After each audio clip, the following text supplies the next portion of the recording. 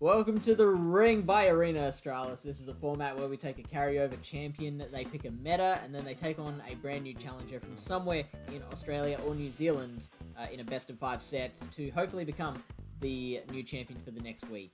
My name is Fish on a Heater. Next to me is Dr. Trotter. Dr. Trotter, you want to tell us a bit about who our champion is and how they got there?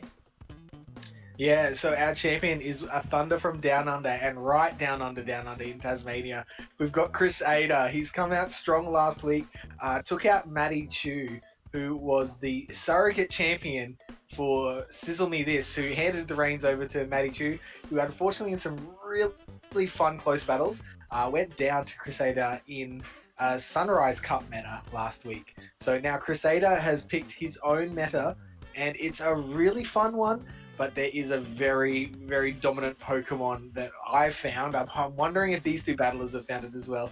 Could be interesting to see. And who is Krisader coming up against, Fish? So he is coming up against Sygmassacre from New Zealand. He is someone who has played in the ring before. He did get a win. He beat, it was, I believe, DJ Power 3-1, and then got swept by Epic Cactus the next week, 5-0 to begin just a massive string of sweeps that we had here on the ring. But yeah, Sygmassacre is back and he wants blood. Yeah, blood is coming out of both of these opponents. Blood, sweat, and tears is what's gone into their team building. And it's a really fun cup. So Krisader has got together with some friends down in Tassie, and they came up with a really interesting meta, and they called it the Avocado Cup. Fish, what the hell is the Avocado Cup? So the Avocado Cup is just all Pokemon that have yellow and green on them. So it's a bit similar to the Rose Cup from the Silph Arena that they did back in, I think it was February, where all the Pokemon had to have a dominant color of either pink, purple, red, or gray. This one is any Pokemon that's brought in has to have both of those colors, yellow and green. So these are the teams that our battlers have gone with. Dr. Trotter, what are your immediate thoughts on those teams?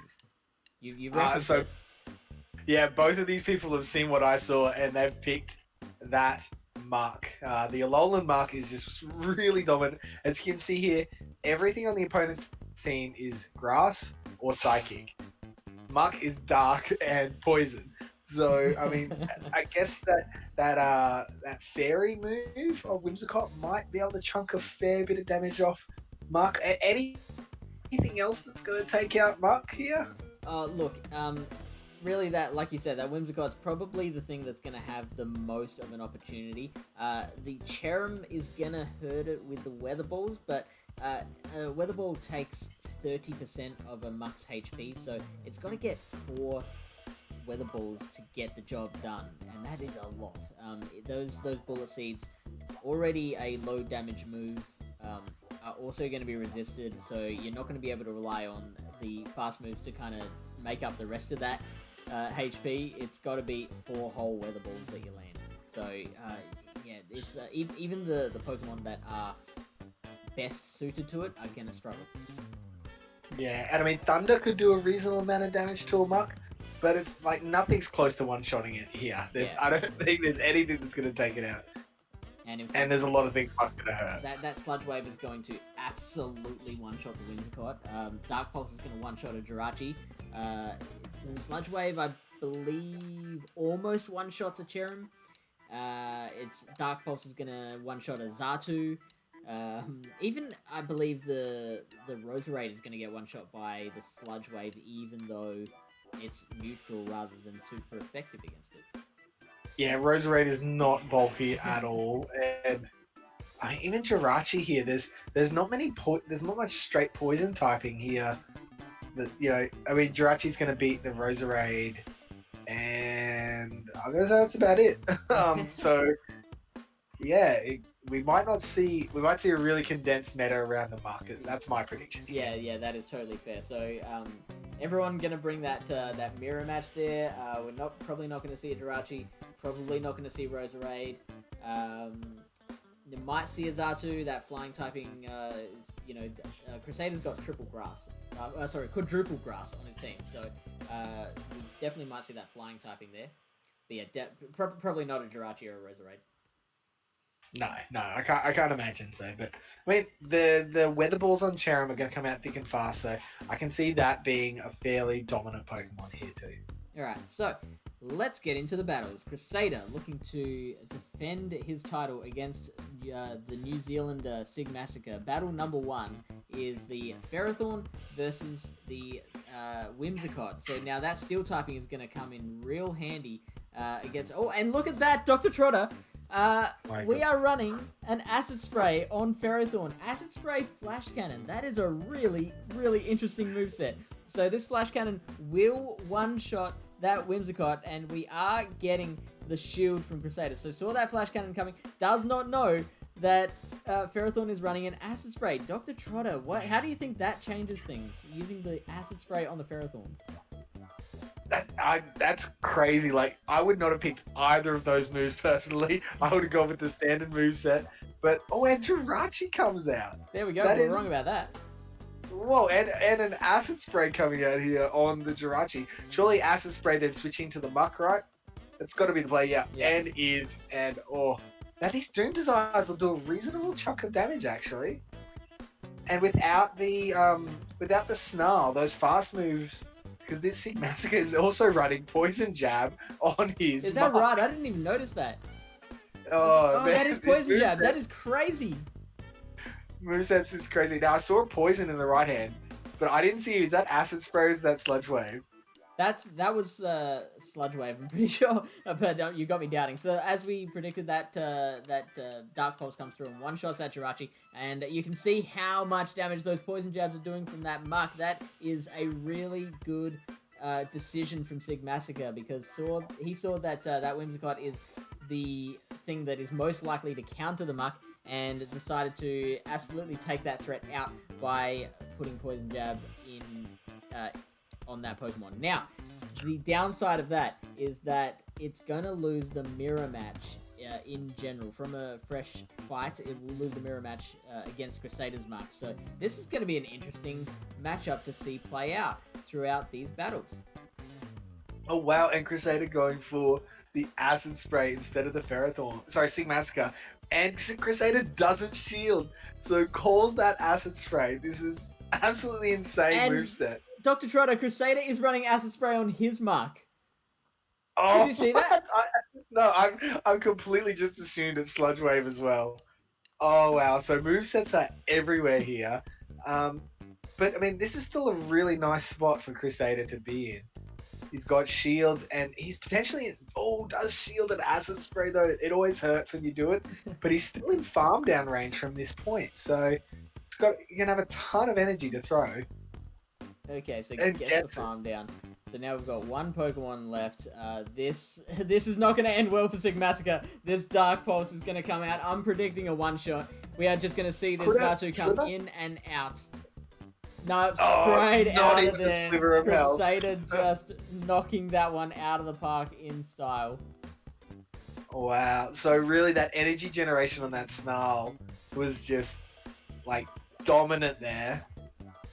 It just took it out, right? Absolutely.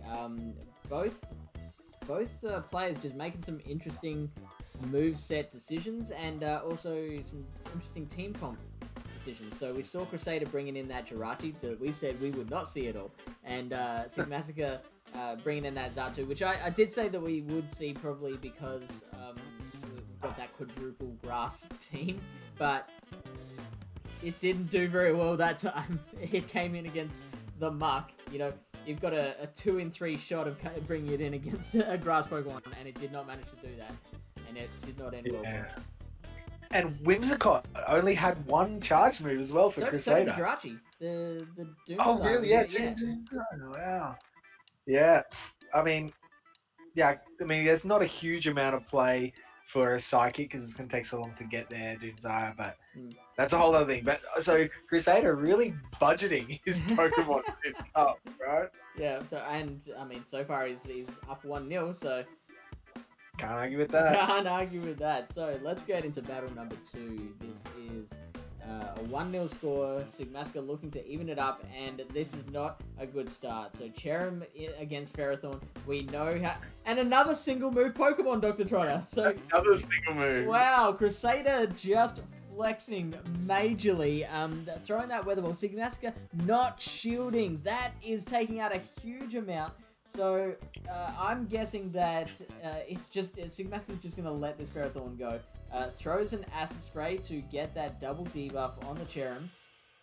And Krisader knows not to shield that. Now, gonna try and get to another one? Nah, the Weather Ball just gonna come straight through. And you won't get a shield here from Sygmassacre. Just gonna let that through, and we'll see what Pokemon he's got in the back. Yeah, having wasted that energy, there's no advantage to hold on to that Ferrothorn, and out comes Poison Jab Muck. Now, these Poison Jabs are chunking into that little Cherrim. Gets to the Weather Ball. Now, Sygmassacre knows he doesn't need to shield, and then he can probably farm all the way down before the next Weather Ball and just have a really nice amount of energy, and gets there. What's coming in here? Oh, it's got to be the Muckfish, right? Yeah, you Gotta have mirror to it. think it's the Muck, and that's what we see. So now Muck is running. Krisader's Muck is running the Snarl. We're gonna get a Sludge Wave from Sygmassacre, which is gonna take out almost half of Krisader's HP, and now we get the Cherrim. So this is interesting. It's still gonna take 2 Weather Balls to take out this Muck. And we're getting a shield. Sygmassacre, I don't think, has seen the Acid Spray from the other Muck. So, uses that shield. Now we've got a double debuffed Cherrim. And that is going to take a walloping from an Aerial Ace from the Jump Bluff. This Weather Ball, even though we got the shield there, that Weather Ball isn't actually going to do that much damage. So, really didn't need to shield, I don't think. We've still got 1 shield apiece. Now, Krisader not using that second shield, which is good. Sygmassacre has another Weather Ball charged up, just about. So we get to the Aerial Ace first. Sygmassacre looking to preserve that Cherrim, because double debuffed and Aerial Ace will probably take it out from there. Gets to that Weather Ball, fires it, and this will take it to about a 3rd HP. So Krisader is going to need 1 more Bullet Seed to get to that Aerial Ace, and excellent switch out there, and manages to catch that Aerial Ace. So fantastic work from Sygmassacre there, Dr. Trotter. Yeah, really good use of the switch timer there, just throwing a billion Weather Balls to just soak up all of that switch timer there, and gets his Muck out. And he doesn't. Wave. No, he does get the sludge wave. He gets it. And this will KO from here. Just a little bit of lag from Sygmassacre's side on the tap. KO's there, and now in a nice spot to just look at these Poison Jabs chunking away here. And, I thought Krisader was almost going to go for the farm there, but realizing he's going to have to throw an Aerial Ace, or it is game, set, and match with those Poison Jabs. Now, what's happening here, Fish? Okay, Shields are down. It's going to be a race. The Weather Ball versus the Aerial Ace. The Weather Ball comes out, and it's going to take out the rest of that Jump Bluff. Now, that is just really good energy management from Krisader, but unfortunately, did not know that the Cherrim is going to win that CMP. So, he gets that charge move out first, and we are tied up 1-1. Yeah, I think as well, from that point, Aerial Ace, it's not a Sky Attack, right? It's not quite going to take out Cherrim. It'll do a really, really big chunk, but I don't think it's in KO range there. About 45% HP, I think, from memory, but... Yeah, that sounds about right. So, I still did like the energy management from Krisader. Managed to get off another, build up enough energy so that it could get to that Aerial Ace at the same time that the Cherrim came out and fired the Weather Ball. But unfortunately not enough, so Sygmassacre did even that up. Yeah, and really good. Sygmassacre actually turned that match around from a Ferrothorn led into a Cherrim, so... Yeah. By Props to preserving those Sygmassacre shields, not worrying about protecting that Ferrothorn. Yeah, let it go. Yeah, cool. All right. Words of Frozen. Battle number 3. We are 1-1 at the moment. Not getting that sweep that we were worried about. We're so used to sweeps. No more replays. Yeah, no more replays. Let's go battle number 3. And we have Cherrim versus Whimsicott. With shields, Whimsicott actually has the better of these matchups because you can see how much that charm is just chunking away at that Cherrim. The Cherrim builds up to 2 weather balls, and Krisader is opting to use 1 shield. Let's see if he shields the second one that comes through as well. Sygmassacre not throwing straight away, looking to try and get to another double weather ball. So this is interesting. Let's see if he can actually get off that second weather ball before that charm comes through. Krisader opting to double shield as well. And wow, Sygmassacre burning that energy is not able to get it out. Dr. Trotter, just a bit of a waste of energy there that could set back Sygmassacre. Yeah, it could be a big setback, but I mean, he got both shields as well. So that's still, I don't mind that personally. I don't mind losing a lead. And you've got a hard counter here in Ferrothorn. He's not going to take that much damage from the charms, resisting everything. But I mean, you got to be careful because look, those charms are still taking him close to yellow, right? And a little bit of lag there. And look, he's in the yellow with that lag, and he's gonna cop another grass knot and does choose to shield. So I really think Sygmassacre would have preferred not to have had that lag. Could have thrown that flash cannon, which probably would have taken it out, and used the ends plan in Sygmassacre. That's what your friend is telling you. Yeah, get rid of that, and oof, there goes the flash cannon to take it out. And what are you bringing here? You got to bring in Muck, right, Fish? No, I'm thinking your own Ferrothorn because that Muck is going to take a fair chunk of damage from that flash cannon before it can KO the Ferrothorn. So I like that Krisader's brought in his own Ferrothorn here. Obviously, not going to be able to do a heap of damage. Just going straight for Grass Knot, which is interesting. Thunder, it's only going to take 1 more bullet seed to get to a Thunder, so I would have liked to see that. But now we've got the Xatu coming in, and we've got the counter switch, and look at that. Here we go. We're going to see another Xatu disappear. We do get the Aerial Ace out first. That is not going to change much. It's going to take it down to like just below half HP. And now a bit of extra HP. Oh, go for the Acid Spray. What? Why are you going for the Acid Spray? A Dark Pulse is just going to take you right out. You do not need to debuff this thing first. Defense harshly falling. Is it going to get to a Dark Pulse again before the Xatu can get to the Aerial Ace? It does. And now we are seeing exactly what we should have seen 20 seconds ago. Yeah, so a little bit of a waste of energy there on Krisader's side, but I mean, he's just got to get to a Dark Pulse, and this is game, right? Yeah, absolutely. And what is it? Did you get it? Yes. Oh, he threw Acid Spray. Wow. Krisader just throwing a bunch of debuff moves that he doesn't need to do. Now, Sygmassacre going for the undercharge as well, so gonna try and not KO with this move, and succeeds as well. What is going on, Fish? I've lost. Oh wait, no. Poison jab down, right? That had to be poison jab. Right. No, that was Snarl. No, that's Snarl. That's Krisader snarling down. Okay, so why not go for the KO then and there? I think he knew he needed a second charge move to take out the Ferrothorn in the back. So debuffing so he can still fast move it down. Sure. Maybe the play, but I mean, it's an uphill battle either way. So trying to come up with those big brain plays, sometimes they come off. Like, for me, they never do. So. And if a big brain play doesn't come off, often it looks to a spectator like it's, a dumb move. But when in reality, often there is like thought behind everything. Well, I think any battler has a reason for everything they do, even if it isn't immediately obvious. Yeah, and neither of these two guys are schmucks. Like, these are both people who I know. Krisader competed Season 1 and Season 2 of the Sylph Arena. I'm assuming Sygmassacre did Season 1, but I don't know. I know he did Season 2, though. Yeah, and both were ranked quite highly.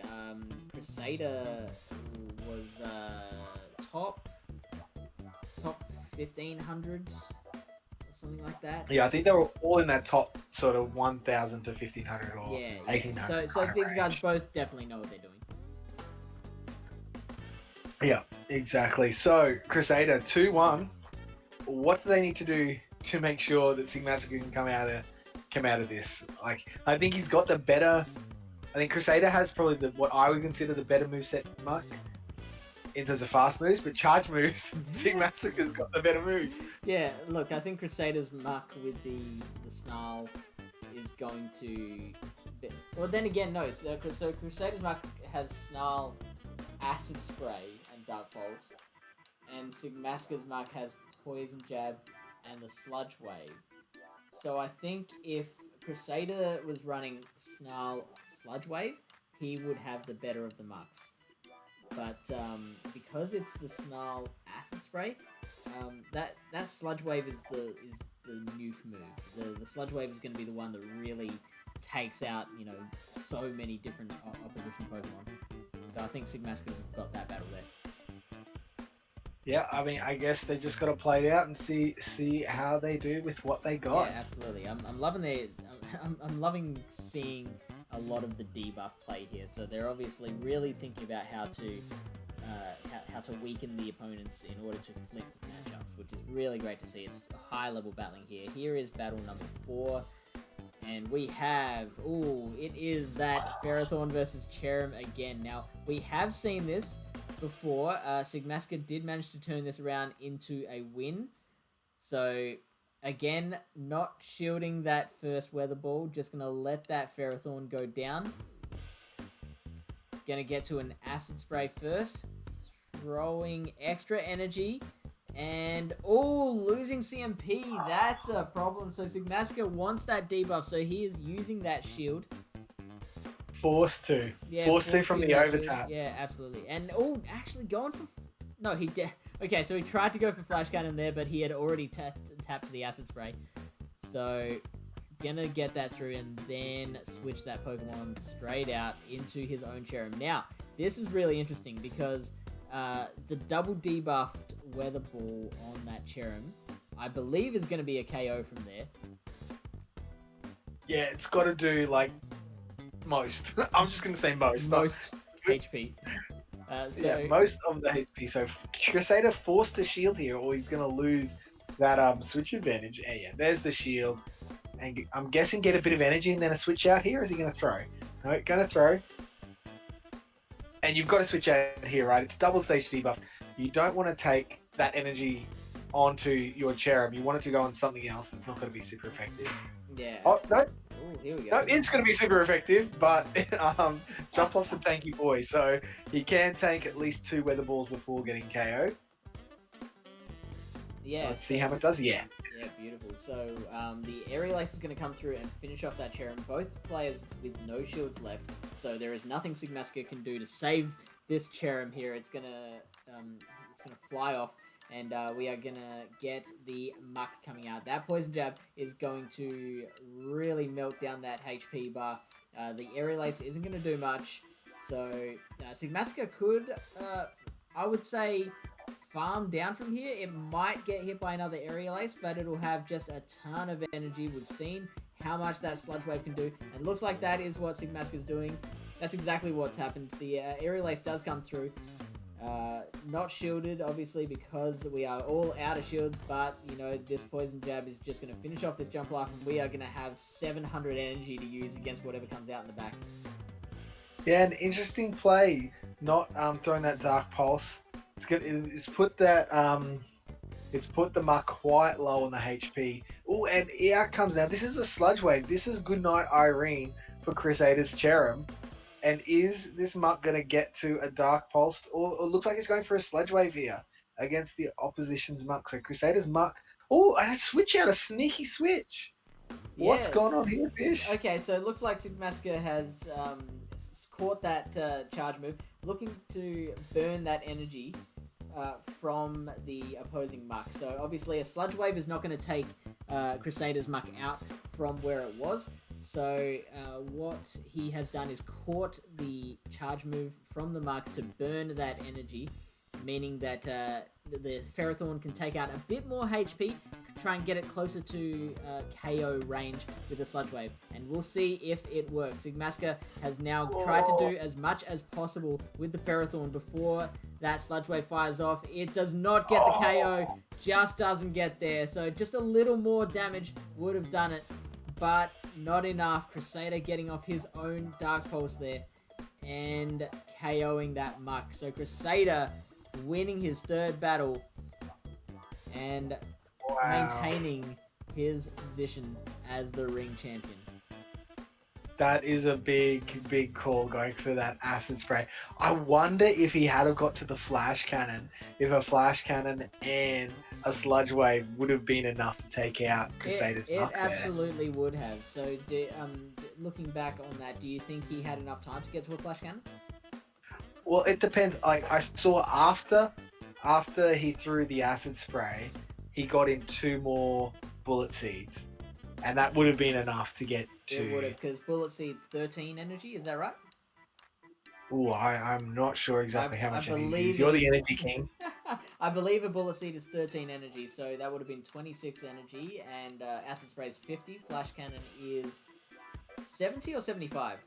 I think it's 75 after that nerf that it got, thanks Niantic. So it all depends on, I guess, if it's okay. If it's starting from fresh, it takes so 13, 26, 39, 52, and then an extra 2 from there brings it up to 77. So it is going to get to a flash cannon. Yeah. And let's see, flash cannon is, no, it's only 70, so it's definitely going to get there. So it is absolutely going to get to the flash cannon. So that, yeah, 77 or 75. Anyway, yeah. So it could have been a flash cannon. Flash cannon and sludge wave would have done the job. And flash cannon does 58%. Right. So exactly. So I think a flash cannon and even a dark pulse would have done the job. Yeah, that is absolutely true. So, Sygmassacre, very, very close to winning that one. Unfortunately, couldn't get the job done. Krisader pulls it out and he maintains his position. Champion goes on being the champion, and he's just lining up. He's going to get back with his Tassie crew. They're going to come up with another awesome, fun meta next week. I can't wait to see what it is. They're obviously really putting some effort into this, which is so cool to see. So what do we got coming up then? How do we join in this thing, Fish? So if you want to take on Krisader in the ring, all you got to do is join the Arena Australis Discord. It is a PvP server for everyone in Australia and New Zealand. We've got a link in the description below the video. Click on that. Go to the Join a Lobby channel and click on the React for the ring. We put a call out every week saying, hey, this is going to be our meta. Who wants to play? Just put up your hand at that point. We'll pick someone at random. It could be you, and you could be taking on Krisader to become the new ring champion. We'll see you next week, everyone. Take care. Bye.